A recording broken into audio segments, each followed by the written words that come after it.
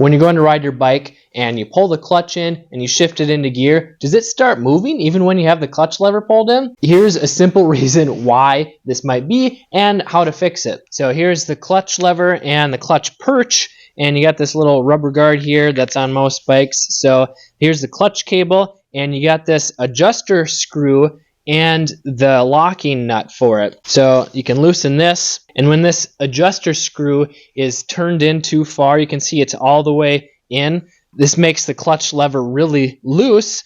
This is what you call free play, when you can wiggle it really easily and there's no tension. So I pull the lever in and there's no tension until I get it to here, which is almost to the bars. So if you're pulling the clutch in, I'm pulling it and it's hitting my fingers before there's even any tension. That means the clutch is not disengaging. So the clutch, they're discs that are compressed together, and when you pull on the clutch lever, these discs separate, which allow them to spin freely when the bike is in gear. And when they're not separated far enough, by pulling the clutch lever in, they're going to start grabbing, and this makes the bike want to move forward. So we want to get rid of as much of this free play as possible, so that when you pull the lever, the cable will actually be pulling on and separating those clutch plates so that they won't be engaging and moving the bike forward. So how do you know how much free play you need? Well, you adjust this screw out and you keep going, and you keep testing the amount of free play until there's just a little bit of wiggle in there before you feel the tension. And this will be able to fully disengage the clutch so that your bike won't move forward